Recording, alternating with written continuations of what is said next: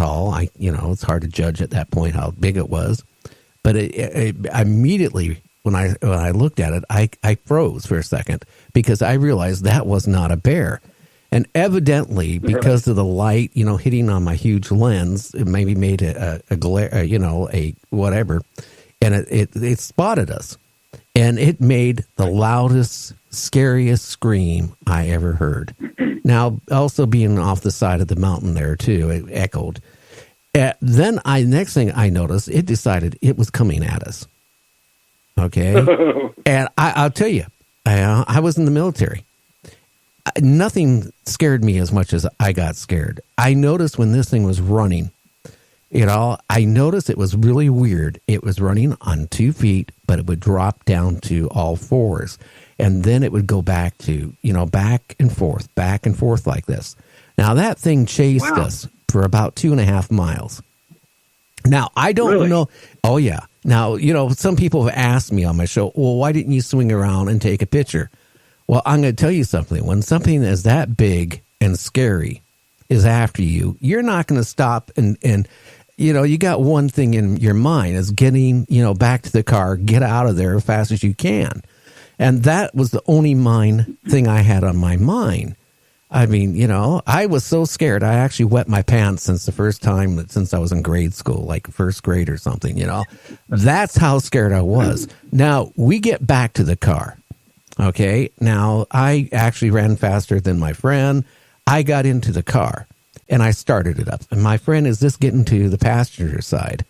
Okay, this creature or its mate or a companion was maybe 25, 30 feet away from the car, right at the tree line. Now, it was a tree there. It was maybe like a 4-inch, 5-inch round tree, something like that. It bent it over like nothing. And it screamed. Like, again.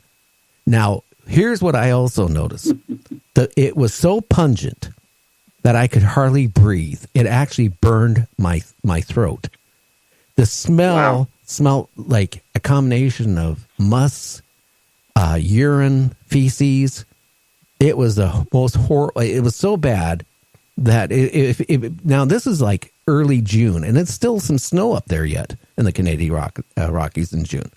But, it's just like if you were out and it was like 100 degrees out and something smelled really bad, it would gag you and burn your throat. That's what it did. Right. Now, I sit there, I start the car. I am so scared. I shove it in my gear. My friend is trying to get in the car. I'm dragging him. Okay. I'm lucky. I could have killed him. I mean, I could have ran over him. Wow. He managed to get in. Now, my wife was nice enough. Before we went on the trip, she bought a new car, a Cavalier, 2 weeks before my trip. Because, and then she says, hey, why don't you take my car? I don't trust you going that far in your car, or my Jeep I had at the time. So I took her car. This creature threw a huge rock. And now it hit the passenger fender, put a huge dent in it, and also the door, where the door, the seam of the door meets the fender. Messed up the door really bad. Now, I get back home. My wife sees this huge dent in her car. I don't drink. I'm not a drinker, okay? I don't do drugs. And the first thing she goes, what were you smoking or drinking? I said, nothing. And she goes, how did this happen? I told her. And that's why for many years I kept my mouth shut about it, because even telling my own wife what I seen, it's like, I don't believe it. You must have hit something. You must have did, that is what I've seen. Now, I've talked to people off and on because I've done talk shows off and on for years. Ed Romans up in Canada, he's like a famous folk singer in Canada. Now, he called me up, maybe about a year ago, and said, hey, I want to come on your show. And I go, okay, what do you want to talk about? And he goes, I saw a Bigfoot. Now, he lives out in British Columbia somewhere on a little farm he has, but he's not far away from the forest. And he would take him and his dog and go down this path, almost every day for exercise. And he was going down this path, and he said about 1,000 yards ahead of him, he saw a Bigfoot. And he said it freaked him out. He said it was huge. The first thing he told me that what he noticed when it started coming after him, it also ran 2 legs, 4 legs, 2 legs, 4 legs. And he said it chased him for a long distance. And then at one point he turned around because he couldn't run anymore. It was gone. So he got a hold of the authorities up there. And what his story was that the authorities up there, game wardens or whatever it was, said, yes, there's been sightings of Bigfoot around. And everything, they told him the same thing. 2 legs, 4 legs, 2 legs, 4 legs. That's what the authorities told them that they had a lot of reports of. Now, I've never heard that before. Yeah. I mean, I've talked probably to 4 or 5 people, in the past year about Bigfoot, and that they said they had encounters with Bigfoot, and they all described the same thing, that the creature ran from 2 legs to 4 legs. So I kind of keep that in my mind when I get people on talking about Bigfoot, giving off orbs and all this warm, fuzzy stuff, what my experience was, it wasn't friendly. Now, I really think it wanted us out of its territory. 2 is, people saying they go into a campground and they go for a little hike, a quarter mile out somewhere, they see a Bigfoot. I don't really believe that one. Because I was out in the middle of nowhere, and I think they don't want to socialize with humans. I really don't. And maybe where I was at, it never maybe seen a human before, so I became a threat. My feeling, and that's only my gut feeling, is if I wouldn't have took off running like we did and got to the car when we did, I don't think I'd be talking to you right now. Because that's the feeling I got. It didn't give me off any orbs. It didn't talk to me telepathically like some people say they do. I mean, it was a scary, scary experience. One that I'll be honest with you. Before that happened, I would because I have 8 children. We'd go camping every summer. I grew up in a family. Every summer we'd go out twice during the summer for 2 weeks and go Idaho, Montana, Mount Shasta, we go, all these places and go camping.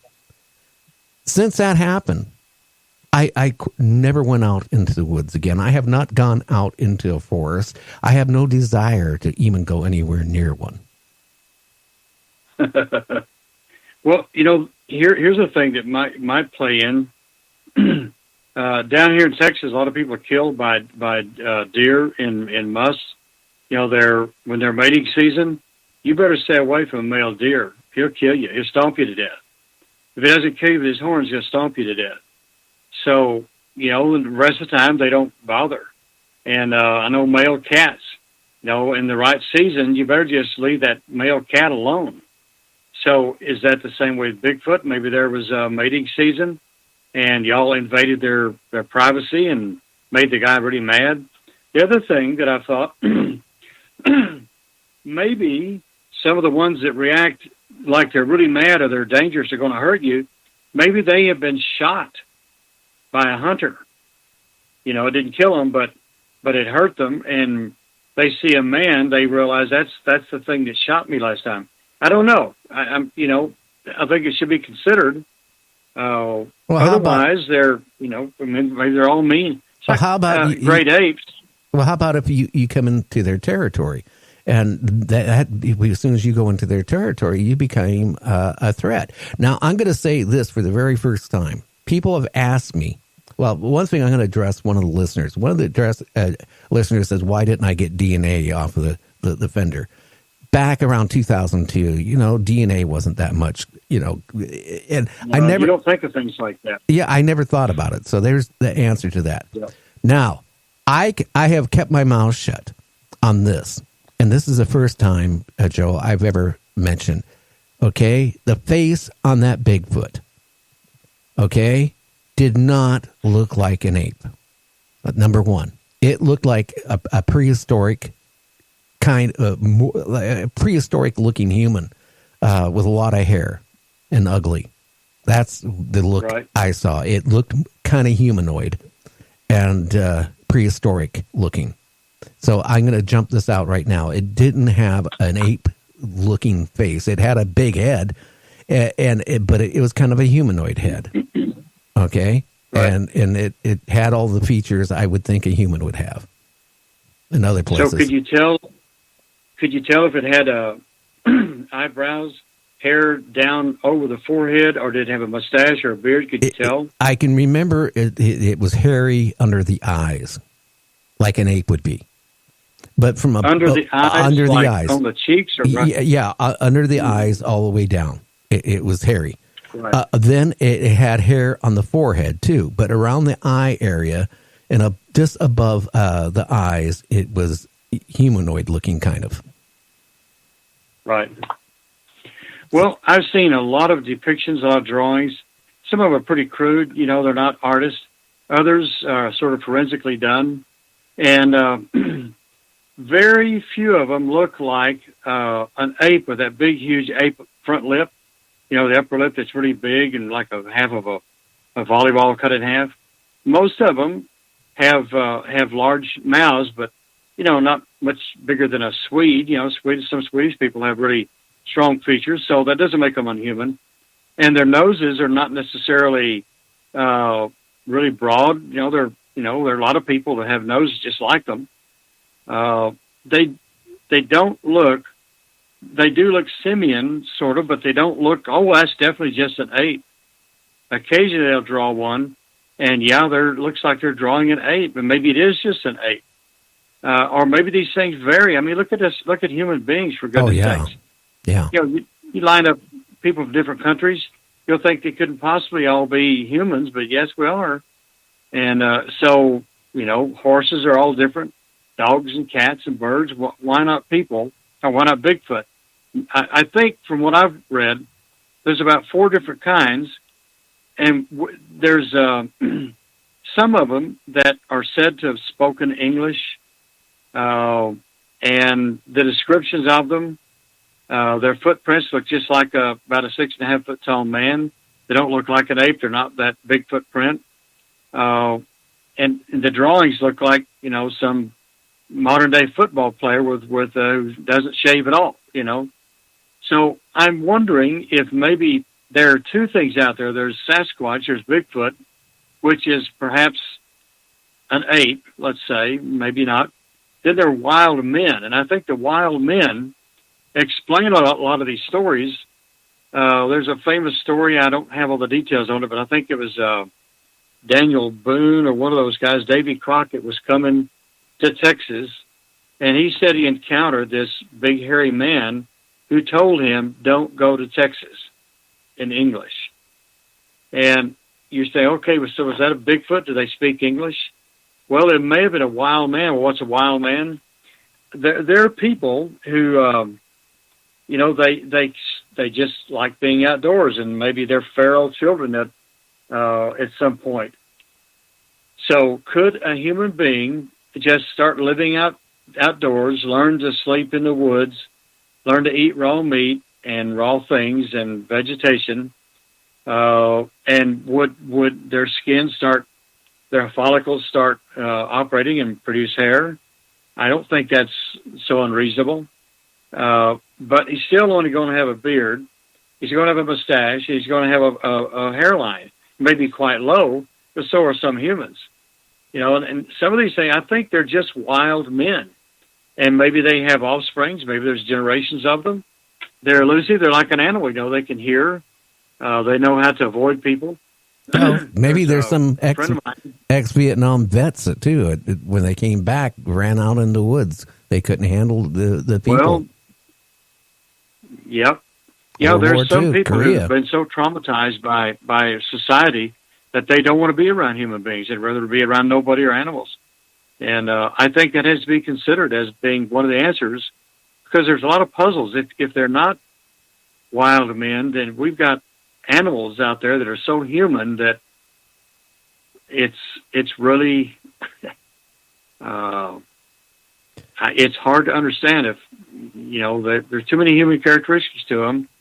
Like I told people, they're too human to be animal. They're too animal to be human. What in the world are they? Well, one thing, Joe, my friend who's passed on, Art Bell. Now, he had this guy on his show twice, and I can't remember his guest's name, but me and Art talked about it on the phone a couple of times, when he wasn't on the air. The guy